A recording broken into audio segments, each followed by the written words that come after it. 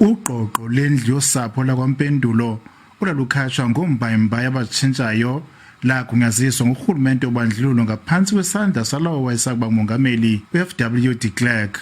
Umzwandile Mfeya noSandiso Yose babeneminyaka eli-12 kuphela ngelixa bedibana nokufa.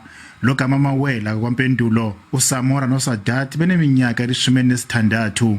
Okandi ixhoba lesihlanu laneminyaka eli-17. Intlungu engasoze ilibaleke lula kwaba bazali babantwana.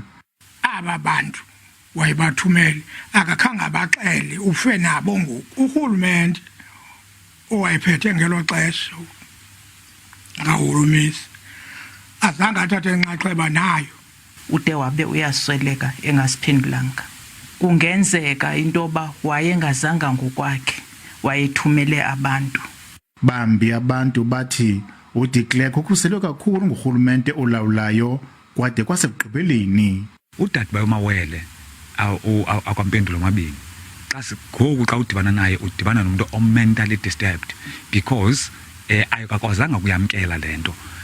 Umama wamawele usweleke engekho right. How do you give a man who slaughtered kids a Nobel Peace Prize today straight to the grave without confessing? Fw de Klerk kulindeke ukuba abeke kwikhaya lakhe lokugqibela kwinkonzo ekhethekileyo ngecawa esikhangele kuyo. Dinkululeko Nyembezi weendaba ze-SABC eMthatha.